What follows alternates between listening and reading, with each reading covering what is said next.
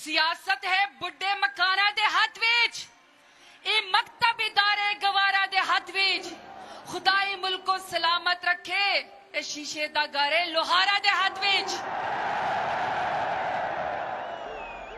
बिस्मिल्लाहिर्रहमानिर्रहीम। इय्याका नअबुदु व इय्याका नस्तईन। या अल्लाह, तेरी इबादत करते हैं और तुझे से मदद मांगते हैं।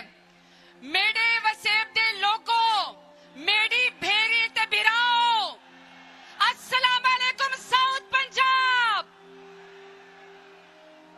साडी सोनी धरती को माली दी जरूरत है, बहुत डर लगता है चोरी दा, रखवाली दी जरूरत है। पीते खीर भूल वेंदन, खाते बकरे भूल वेंदन, ई वसेब को पाकिस्तान नमक दी जरूरत है। मेरी कोट पे लाना चाहती हूं कि मुझे सरदारों के मुकाबले में प्राइम मिनिस्टर इमरान खान ने टिकट दी। डेरा गाजी खान के खयूर अवाम ने मुझे जितवाया, मिनिस्टर बनवाया।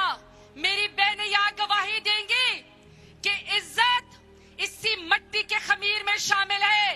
ये बहनों को इज्जत देते हैं और जाके मनसब में बिठाते हैं, लेकिन दूसरी पार्टियों में एक चोरनी का बैग उठाना पड़ता है, उसके जूते साफ करने पड़ते हैं, तब भी जाके इज्जत नहीं मिलती।